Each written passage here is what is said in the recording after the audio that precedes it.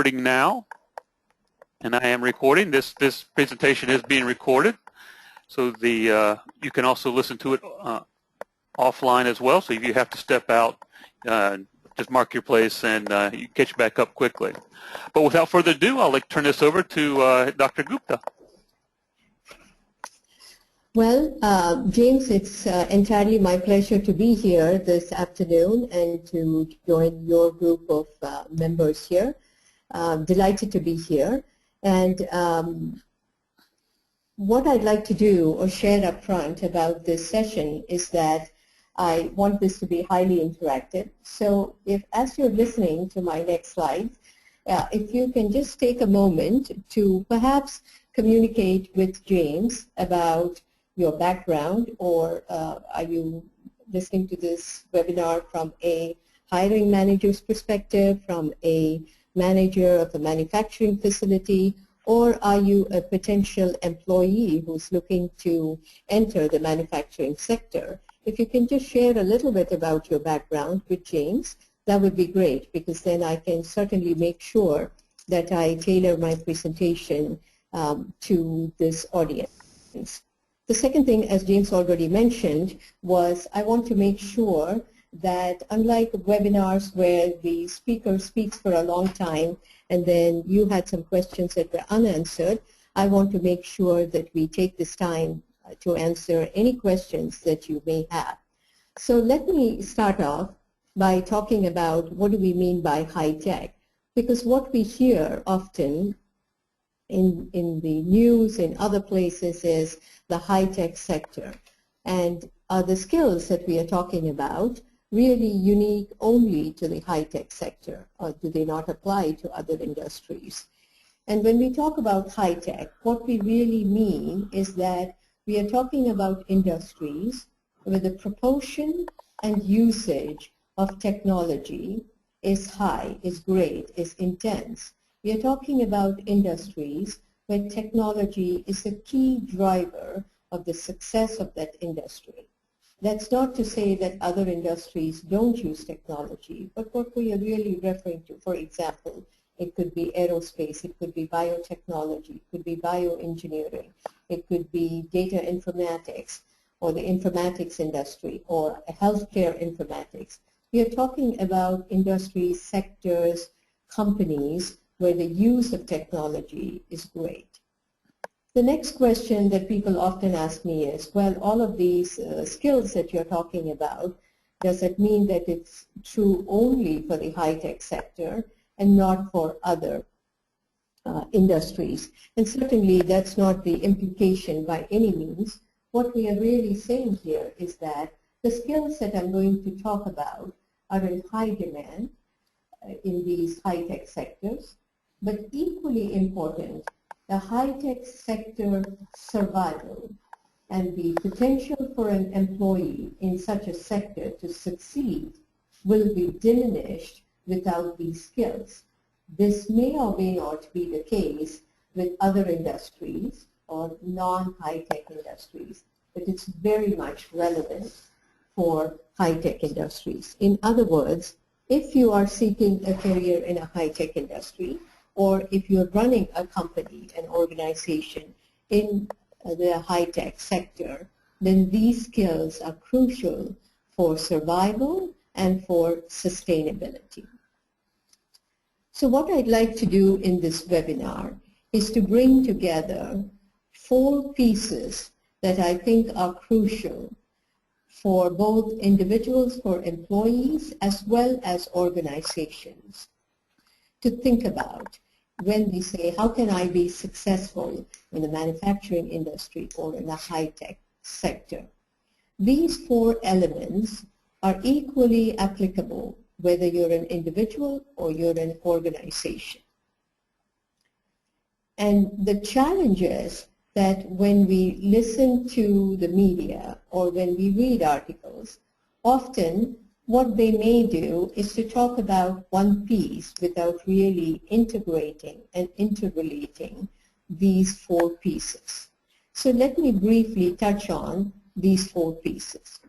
The first one, which is really, I would say, the newest dimension that we are now seeing both in the research world and as consultants that we are seeing emerging is this, that the most important thing that we need to understand to be successful is how our brains work. The field of neuroscience has now come a long way, and we now have powerful, extraordinary research that is coming out of the neuroscience field, that if businesses were to pay attention to this, they can really think through how do we motivate employees, how do we reward employees, why do we make the decisions that we do in the way that we do that, why do we make mistakes, why is it that sometimes we commit these really glaring errors, what is it that triggers this, how do we create a workplace that is truly a happy and productive workplace where individuals bring their full potential to the workplace and are committed to the success of it.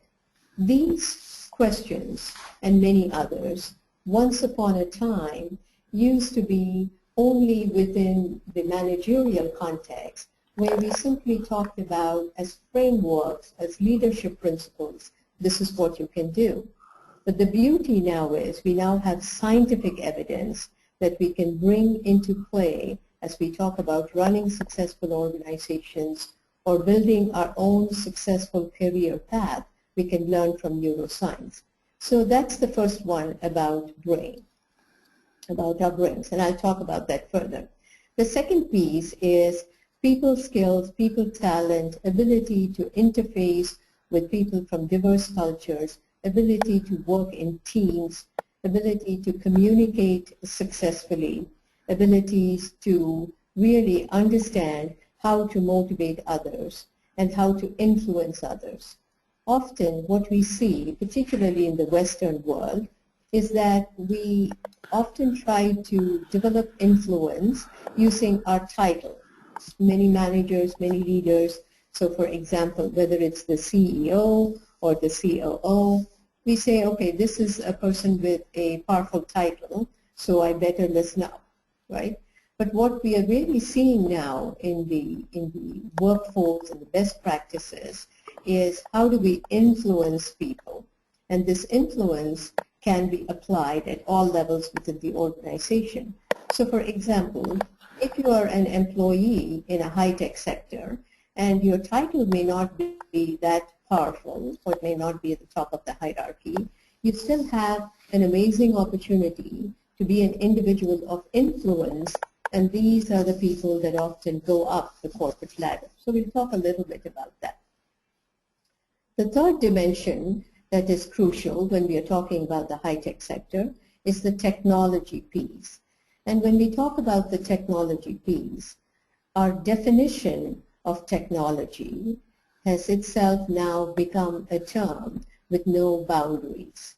In other words, when once upon a time, say 10, 20, 30 years ago, when we said the word computer, it could mean a mainframe. Or when we talked about databases, it could be a legacy database. Today, when we talk about technology, we mean something that is so invisible, so intuitive, that from a child to a senior citizen, and you know, it could be anybody in the age group, they have the ability to use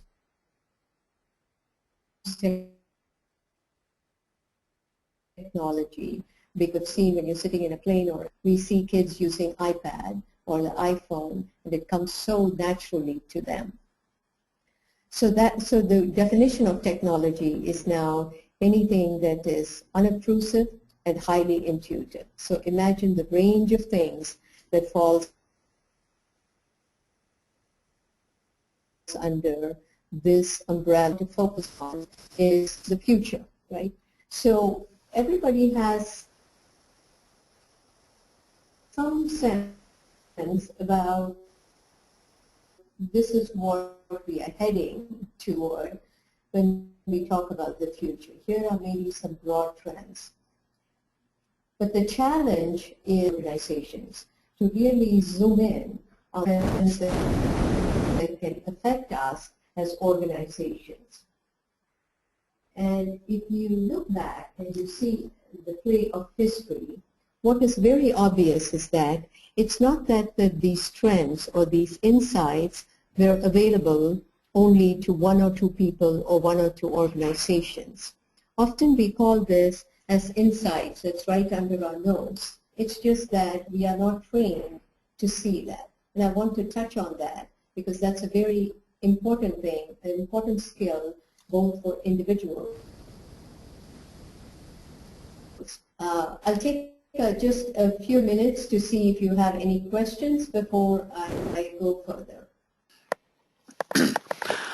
Okay, James, you can just read the question out to me or let me know how you'd like me to handle it. Not a problem. Any questions from the audience?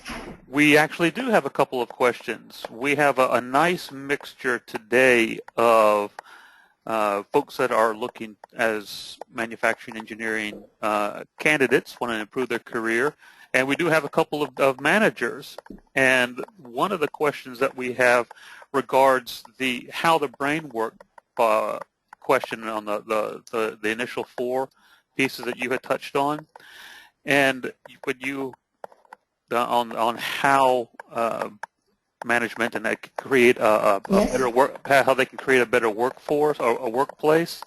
Are there any types of programs that are available to companies where they can gauge the people that they are interviewing if they're a good fit for the team?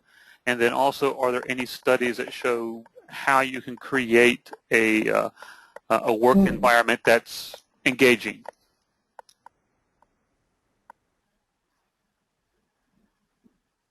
Did you hear that? Very good. It's an excellent question, and I have a couple of slides further down. Yes, can you hear me? Yes. James? Yes, I can hear you. Can you hear me? Yes. Okay, good. So that's an excellent question about, how do we take these research findings and how do we apply it to build meaningful, productive workplaces. And this is part of the work that I do.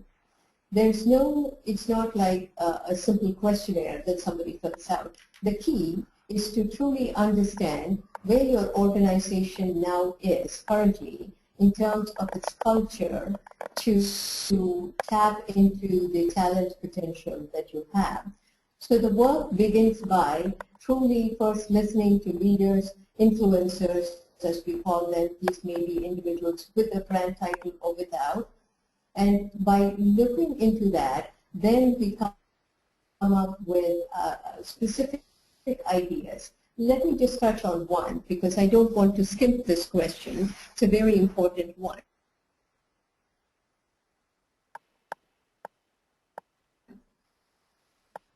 And the point is that often we believe that right, or by giving them a reward if they successfully complete a project. Often people are surprised when I say that, they say, that can't be true. Well, heck, it is true because research and compelling evidence shows this.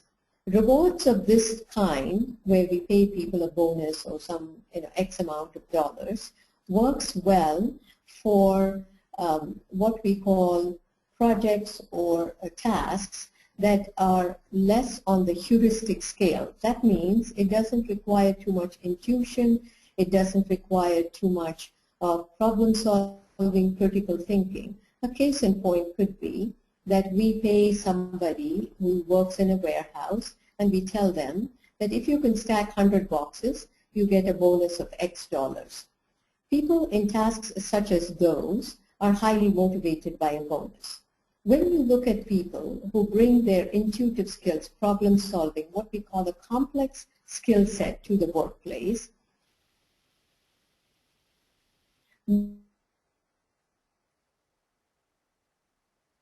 money has to be set right up front so that they don't be cheated or that it's unfair. But beyond that, the bonus can actually work backwards, have a regressing effect, because then the individual says, look, I get these bonuses if I'm successful, which means I should not be a risk taker. So that's a very good point. Unfortunately, I'll have to take a lot of time to talk about all the other aspects of that, and perhaps at some point in time in the future, I could come back, and James, I'm not trying to wiggle another webinar out of you, but it may be something worthwhile to talk about how to bring neuroscience into the discussion of being an outstanding manager and motivating your employees. So let me proceed to talk about the 4 things that I touched upon earlier. The first thing that I want to look at is the human brain. So these are just a few of the strands of thought that we should pay attention to. What has happened is that the way we learn, or the way we learn, is no longer as relevant as what is needed to be successful today. So the way we learned in the past, and I'm going to just touch very, very briefly on each of these, because as you can see, there's a lot to be covered in this slide. So the way we learned once upon a time was we learned from books, and the knowledge was fairly static, and the knowledge was fairly steady and stable for a period of time. All of that has gone away now. We live in a Google world. We live in a world where knowledge is highly dynamic, and we live in a world where knowledge is no longer the privilege of just a few, right? Only those who could afford to go to college or get a certificate or something once had access. Now, knowledge is readily available for anyone who's curious. The second piece to touch on is what we retain and how we retain. So what we retain is critical because that leads to pattern recognition, and it's important for us to not only be able to retain, but to be able to draw the information overload that's happening in our brain. In spite of that, for us to be able to draw what is relevant to today, to the challenge that's facing us right now. The dots that we connect is what sets apart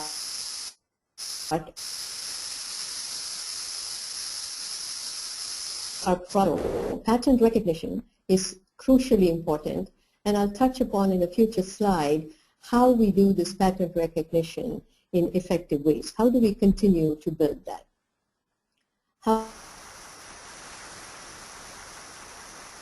Finally, how we unlearn has become as important as how we learn. Why is this the case? It is the case because knowledge is dynamic, and we have to be able to shed our skin like a snake does regularly to absolutely and keenly focus on how we unlearn what is no longer relevant. Next, let's move to the people cell. And this is extremely important. The reason this is extremely important is because how we interact with people influences how our brain works. So this has a very, very powerful influence on our thinking and on our ability to make decisions. Well, you know, on LinkedIn, I have, I don't know, 2,000 connections. I think I have 2,000 connections, but that really doesn't mean what. What are networks of people who are from different industries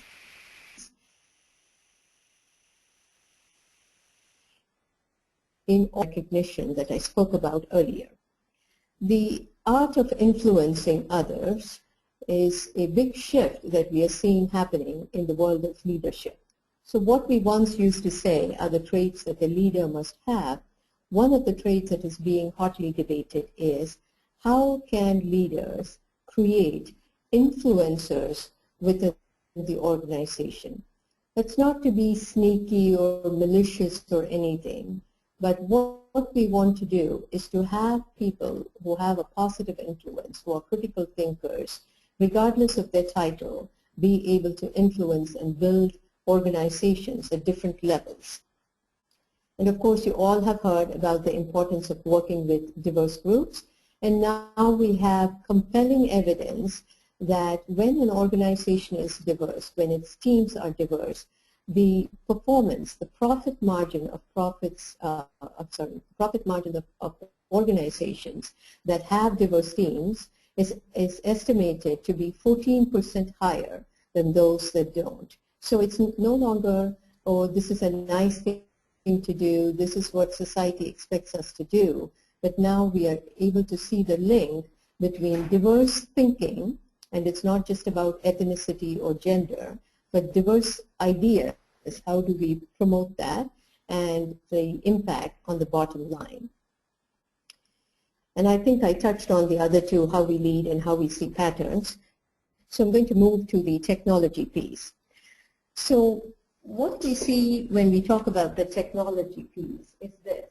And in a keynote that I did a few months ago, where I addressed chief security officers and chief information officers, what we talked about was the world of disruption. Often we see that there's a lot of debate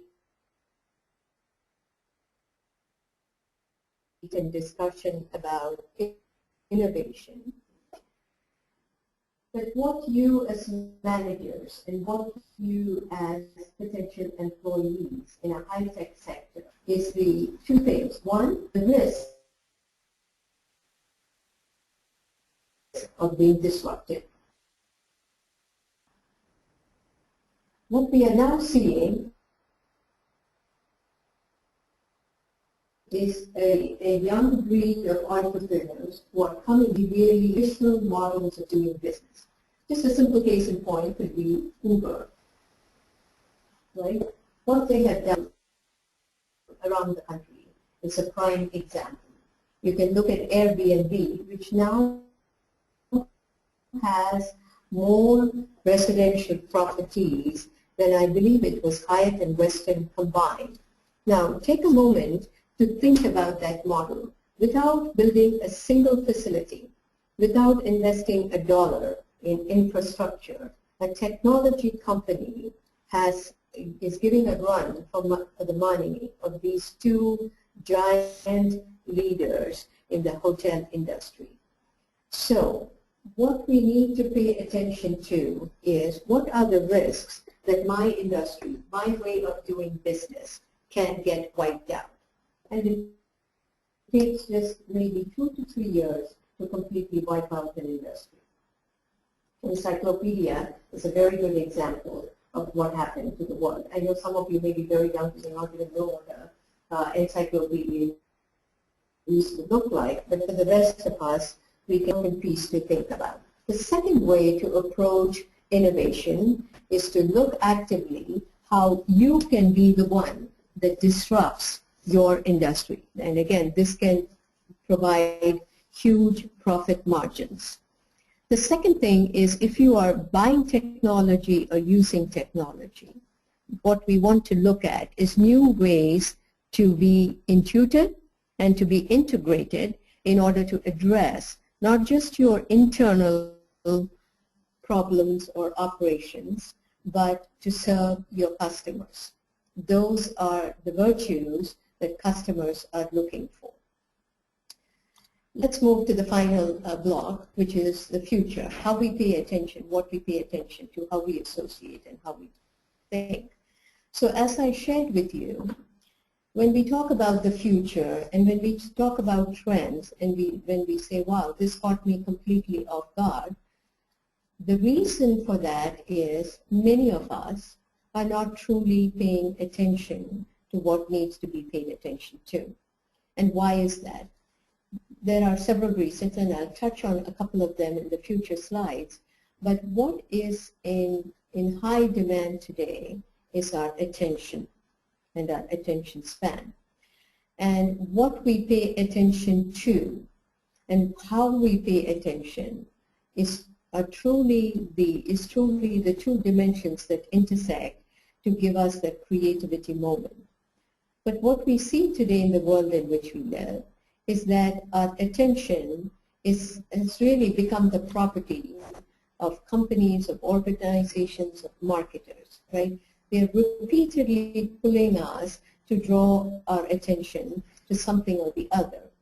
The New York Times recently had an article that talked about how the TSA, when you're going through the security line at an airport, even they have started to draw your attention, because it says that in these little boxes where you put your keys and your iPhone, even there they have ads, right? Now you may just glance at that ad, but our brain, when it's completely drawn even for 10 seconds, 30 seconds to pay attention to something, our ability to really focus on the important things can shift. And I'll talk about a couple of other reasons why that happens. And how we associate and how we think affects our ability to really see the true trends that are shaping our world. So James, I can pause for a few minutes and take another question. We are now at 1:30, so 1:29. Yeah, we're at plenty of time. I think the one question that comes up as well is when you were talking about the 4 points is on the technology side, the disruptive technologies, because as you well know, disruptive, that has a negative connotation. It's almost like destructive, and then when we're looking at the integration and innovation, what are some of the characteristics you want to look for a type of disruptive technology, and then how is the best way to integrate something like that, depending on a particular industry, if you have an example? Sure. So what we are looking at is escalated innovation leads to disruption. Okay. Innovation that is no longer incremental, not a small change, but a massive change that is leaps so far ahead, in leaps and bounds ahead of a current product or a current service, that it leads to the disruption of an entire industry. Okay? So I'll give you two examples. Both are high-tech. One is a student, Elizabeth, I can't remember her last name, doesn't pop up in my head right now. She was at Stanford, and she looked at the way that blood tests were done. And she thought this was just insane. She did not like the model. And she drops out of Stanford, and she starts this company that has a new and innovative way, a much easier way of doing the blood test, getting the blood results. And today she's listed as she's often referred to, and I'm disappointed that I cannot remember her last name, and I'll be happy to email it to you if you want to share that with your participants, James, later. And she has now established herself. She's a billionaire. I think she's under 30 years old, simply because she said this is not the way to do business. That's one example. The other example is what we are seeing in terms of the thermostats that we use in our house, right? Honeywell has held this market forever and forever, right? And when you look at the concept of thermostat, it's as dead an idea as you can imagine. Why? Because when I'm outside the home, I live in New York, we have cold days and we have days when it's not so cold. But when I cannot control my thermostat from outside my home, I want an intelligent thermostat. And this guy from Apple left and started this company. And he started the company because he was building a fancy home, and he said he was looking for an intelligent thermostat and couldn't find it. So the next industry that is really going to face some serious challenges is how we relate to all the appliances, the devices at our home, and the ability for them to talk to each other and to really save on the utilities.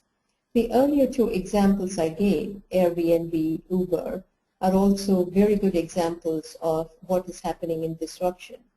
If you look at higher ed, if you look at e-learning and online learning, higher ed is often slow to respond to these kind of challenges because they think, well, it will never affect us. Like, who's ever going to be without coming to a college or university? We are estimating that in the next 10 years, the decline, the number of college closings will be on the rise quite significantly. Right? We are expecting that anywhere between 30 to 40% of colleges, especially private colleges, will close because no longer the idea of spending tons of money to go to a place to learn something where you come out and the employer says, well, I need a different set of skills or you're not prepared enough. Those are some examples of disruption. So although the word may have a negative connotation, another way to look at it is extraordinary innovation that breaks the boundaries of the current status quo and at the same time attracts customers in droves. Okay, I'm going to move on to the next slide. So what we see repeatedly, especially when I consult for companies or we work with individuals to do some career counseling, is, and this is very natural, it's not anybody's fault, all of us go through this and all of us, it happens to all of us. So I want to put that in context. What we think is that what can I do today to be prepared for the next level in my career pathway? So if I am a project manager and I want to become the manager of the team, I'm looking at it exclusively from what do I need to build on my, my skill list so that in my resume I can show that I'm prepared to be a manager or a director or whatever else it may be, the next level. And what we ask both employers and employees to think about is what is my value to the industry of tomorrow, right?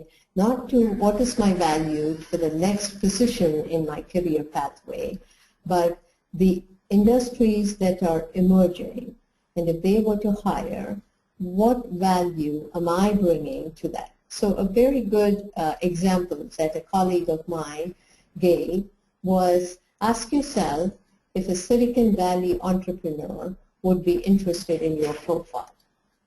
And if the answer is a dead no, then you start to build from there, because that group of industries and companies are starting to take over the world in some ways. I mean, that might be an exaggeration, I think it is, but to start to look at what is the industry of tomorrow and do I have the skill sets to do that. I touched on this earlier, and that is, what is my complex skill set, right? When we talk about a complex skill set, what we are talking about is not just what are the projects that you worked on, how did you influence and affect and improve the bottom line, not just that, but to really look at holistically what is the complex skill set that I bring to the table. So this could mean your technology skill set, your industry skill set, your industry knowledge, experience, expertise, your technology knowledge, expertise, experiences. What we want to look at is a deeper skill set which includes some of the things that I touched upon earlier. The ability to learn and unlearn and to create innovation, right?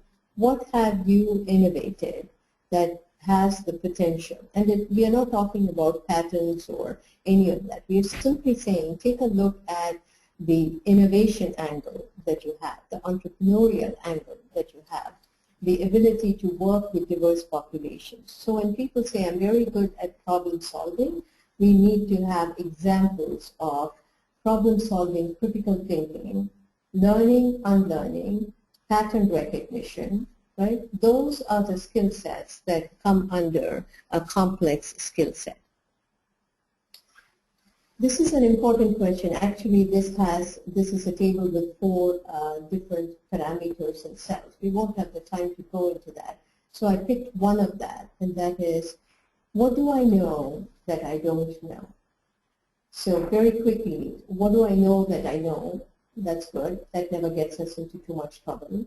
What do I know that I don't know? That can get us into trouble. And the one that can really get us into trouble is, what is it that I don't know that I don't know? Right. So for today, for this webinar, we'll focus on just this one. What do I know that I don't know?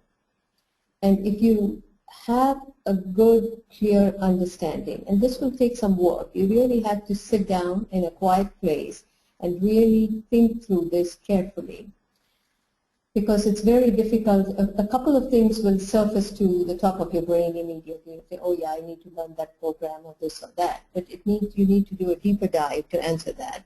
And that is a starting point for you to go back to the number one and to be able to answer that. What are my core soft skill competencies? Often we find in resumes, people will list a long list of things. But everyone is good at a few things that can be extraordinarily useful to an employer or to the individual who is trying to promote himself or herself to the next level. So focus on your core skills. Research shows that often we spend a lot of time working on our weaknesses. That rarely works.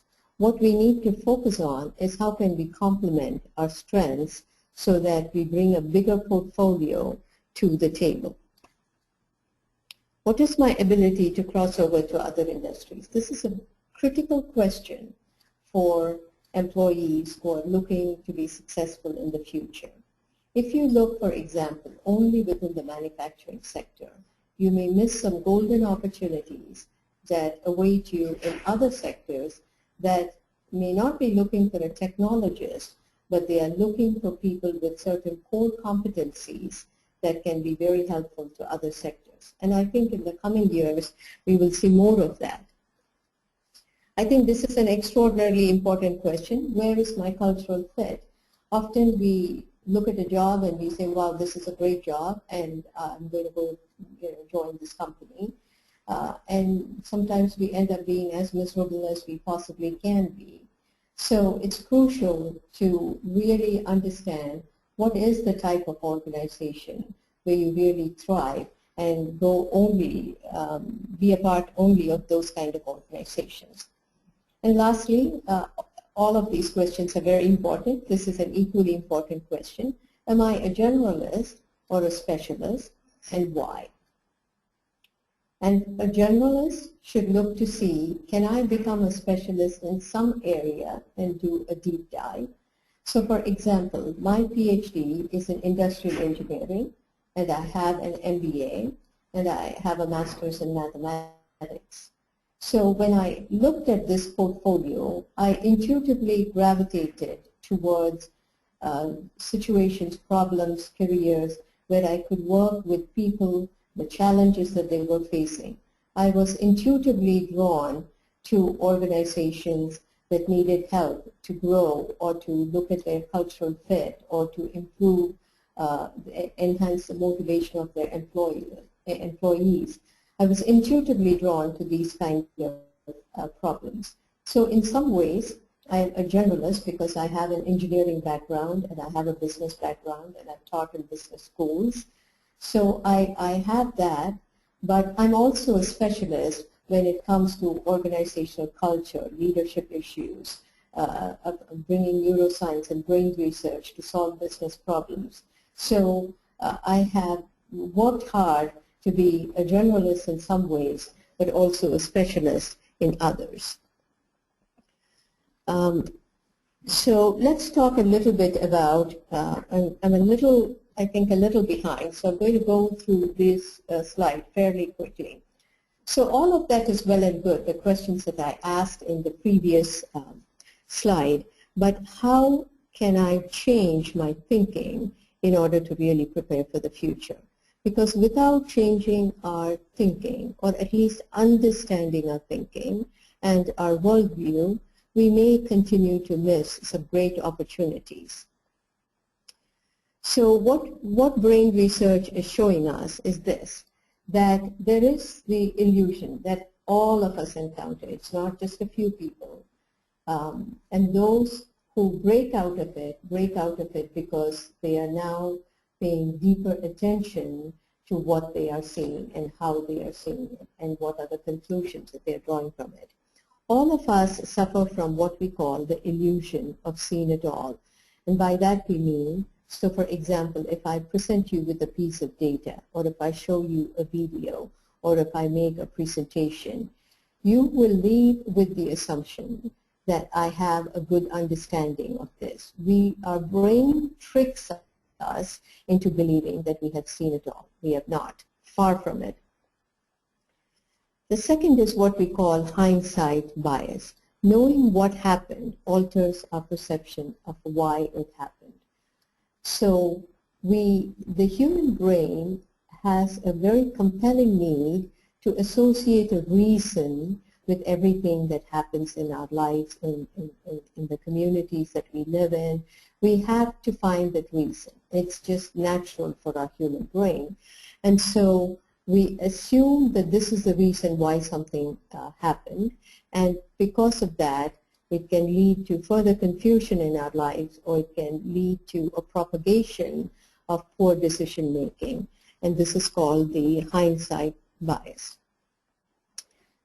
So I'll give you just this very quick example. I was talking about insights that are right under our noses earlier, and if you look at the drop in oil prices, it's a very good example of how these things can happen to any of us, right? So why the sudden drop in oil prices, and how come so many of the experts in the oil industry did not see that coming? Why is it that so many hedge fund managers did not see this coming? Well, here's a very simple example. What one hedge fund manager, I think he was 31 years old, what he started to notice was that the inventory of oil supplies was on an upward bound. And he thought, okay, this is just maybe something short-term, but once it came within his radar, he started to watch it, and he noticed that it was increasing significantly. And so he tells his team that we really need to watch this because oil prices, I think, are going to hit rock bottom. It's not that that data was not available to the other experts, to the other hedge fund managers, but how we pay attention to, what we pay attention to, and how we see things that are right under our noses is an extraordinarily important thing. Unfortunately, even though this is extremely important, and this is a topic that I love to talk about, the fast thinking versus slow thinking of our brains, I'm just going to be able to touch on it, and if we have time at the end, I will come back to it. What we know about our human brain is that it has two parts, and often people will say, yes, the right side of our brain and the left brain. That's not what we are talking about here. What we know now about the human brain, and we've known this for some time, except that now it is in the popular literature, is that our brain has two parts to it. One is called the fast-thinking brain, and the other is the slow-thinking brain. The fast-thinking brain is how we are able to navigate the world. So every morning when you go to start your car, you're not looking at your car with great mystery, and you're looking at your keys and saying, oh my God, what is this? How do I start the ignition? It's automatic. So we need the fast-thinking part of our brain to be able to make those swift decisions so that we can be on autopilot mode, at least for some of the tasks that we do regularly. The fast-thinking part of our brain is also what tells us that when we see a cop car in the rear view mirror, you know what to do. You're saying, hit those brakes as fast as you can. Or if you're in a dark alley and you see somebody coming the other side, you know to pay attention. Or if you see a bull dashing across at you, you know what to do. So we need the fast-thinking part of our brain to help us navigate our daily world. Of course, if you have a fast-thinking brain, then you have a slow-thinking brain. The slow-thinking brain, it doesn't mean your brain is thinking slow. It simply means that it's going to pay more attention to the task at hand. So for example, if I ask you, what is 247 times 64? Sure, you can do that, but you may need, some of you may need 10 seconds, some of you might need a minute to really focus on that and do that. If you're working on a problem at work and you're intensely engaged in problem solving and somebody comes and says, hey, you want to go do lunch? It distracts you. It takes away your attention, and it might take a few minutes to come back to it. That's the slow thinking part of our brain. The downside to this is that the fast thinking part of our brain will often trick us into believing that we have the right solution. In other words, the slow thinking part of our brain is inherently wired to be lazy. It doesn't want to do work unless it has to do work. This is why we make bad hiring decisions, because our fast thinking part of our brain is in high gear. We like the individual, we like their smile, we think they're very pleasant, we thought they listen well, and so our propensity to hire them keeps increasing, whereas in a hiring decision, it is highly a slow thinking brain project. So because our fast-thinking brain tricks us so often, this is why we end up making poor decisions. So James, I'm going to continue the remaining 2 slides, which is for organizations, and then take questions, if that's okay with you. That is fine. Go right ahead. Okay, so as we have some managers in this webinar as well, I want to talk a little bit about how can an organization better prepare for the future. As all of you know, and I'm sure you say that in your website, you probably say that in your brochures, you say that in your hiring processes, in your ads, whatever else it may be. The talent pipeline is what helps an organization to survive. I'm sure many of the managers already face this shortage of meaningful talent. So let me begin with one that is my favorite topic. And again, this is very research-based. I won't have the time to go into all of it. I think the first mistake that organizations do is to write terrible job descriptions, right? Job descriptions that can actually influence some people who may be great fit for this particular job that we're advertising to stay away. Job descriptions, we have hundreds of examples that are poorly written, not in terms of their language or grammar, but in terms of what does it mean to motivate somebody to apply for your position. Your work starts the moment the job description is going to go before the eyes of potential candidates. So this is an important part in terms of preparing for the future and attracting good talent. The second thing is the importance of doing talent branding, and this was part of one of my presentations. Often when we think about branding, we talk about company branding, right? But talent branding is an entirely different ballgame. So when you look at Google, or when you look at Facebook, or when you look at some of the most successful companies, in New York, we would talk about Wegmans, our grocery store, which often is the #1 top employer in terms of attracting talent. And Wegmans is not some rinky-dinky little store. It's just a very highly well put together store. So what do they do that helps them to attract talent, where they can turn down so many highly qualified applicants, is the quality of talent branding. And talent branding has different dimensions to it.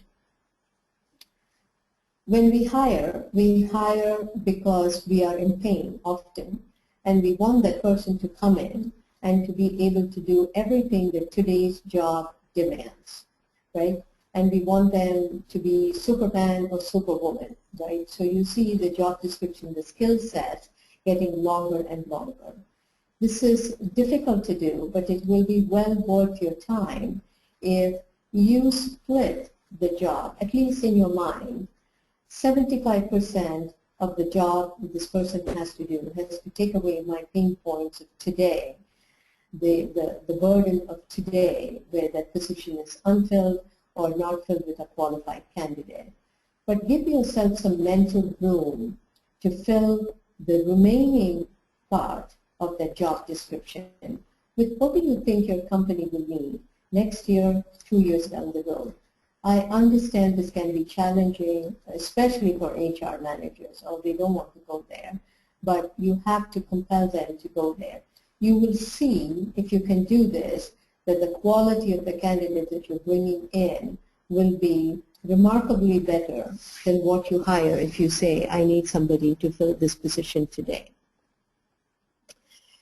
Managers, you have the challenge of understanding the relationship between motivation and rewards, and to actively look for, does this person fit with my culture? Excuse me. So when we talk about a cultural fit, it's important to look at the dimensions of your culture that tie in with the performance of the individual, or with the characteristics of the individual, with not so much with their skill portfolio as much as their strength portfolio. And this may sound the same, but skill is not strength. The strength is a personality trait that contributes to the well-being and success of your organization. A skill is something that is taught or can be taught. A skill is something that is learned. Dedicate time to staring into the future. Nobody has the time these days. Everybody is drawn in a million different directions. And we currently live in a world where we stare at our emails or check our emails a minimum of 36 times per hour. That's what research shows. 36 times per hour we check our emails. So when our attention is distracted so heavily, and when we are drawn, our brain is asked to look at different things within a matter of 60 minutes, we find that our ability to really focus and concentrate is pretty much lost. So quiet time is essential to be able to do that. And here is something that you may find interesting. There's a couple of books that have been written on it, and quite compelling research findings, is that often happy people are successful people. We hire successful people and then we hope that they will be happy, but actually the reverse is true. Happy people build on their success and are committed to the success of others. And you may, as I'm talking about this, there are people that will come to your mind. They are happy and therefore they look at problems differently. Their brain looks at problems differently. They are able to solve problems critically in an innovative way, and they in turn are committed to the success of others as well. So when you're hiring somebody, make sure that you hire those that have some talent as well. Finally, just wanted to very quickly touch on STEM Smart. It is a nonprofit company that I established, and the goal really is to find a way to counteract what we are seeing and experiencing throughout this country, and that is we don't have enough people coming into the high-tech sector. And what we know is that while we can do a whole session just on this, the key is for young people to have internships, to experience your company, your work, so that they continue to stay or continue to come to work for you. Here is the research. The research shows that 67% of interns often sign up and stay with the company far longer than non-interns. So that should give you some pause for thought in how you can start an internship program. We can help you with that. We post the internships. We bring you qualified candidates to your doorstep, and you can take a look at it, and if you need any help with launching one, we will be happy to help you. We are bringing out a STEM print magazine in September called STEM Matters. Again, what we found was that while everybody is talking about STEM and skill shortage, if you talk to a high school student or even college students and their parents, very few of them really understand what are the career options. And yes, they can go on the web and look, but like anybody else, we are overwhelmed with the amount of information. So we are bringing out specific issues. It's a print magazine to simply talk about, if you're a high school student, here's the portfolio. If you're a college student, here are the internships that you can get, that you need to get, so that we offer them step-by-step guidance on how to do that. And finally, I am a consultant. I help with best practices in recruitment and retention, organizational development, which includes leadership, cultural fit, and all of that. And I want to thank James and W.H. Meena for giving me this opportunity. And we have a few minutes, so I'm open to any questions. Thank you once again, Dr. Gupta, for that. I think the big question that was coming back to that was of real keen interest, as I don't think anybody has heard this before, going back to your previous slide, on talent branding, and that you hear about the company branding, but on talent branding. If you could spend a couple minutes on going into that a little bit more detail, because we know that job descriptions can be really bland and boring, but on the talent branding, what are some of the areas that managers and companies can look into? So the first question that I would ask a manager is, what is your talent brand? And when we ask that question, people often say, I have no idea what you're talking about. And what that question is prompting you to think about is, you have to sow the seeds as a company that is a wonderful place to work for long before you're thinking about recruiting anybody to your company. Whether it's a technology position or any other position, you have to ask yourself, and you have to be very blunt and very honest and very brutal about this, why would somebody come to work for me versus my competitor? And often people will say, oh, you know, we pay better than our competitor. But that is something that lasts only for a very short time. So we ask you to look at, exactly like a corporate branding, we ask you to look at different aspects of your talent brand. So number one, why should you come to work for us? What is your future going to look like? And we ask you to start this branding process way before you need your first employee.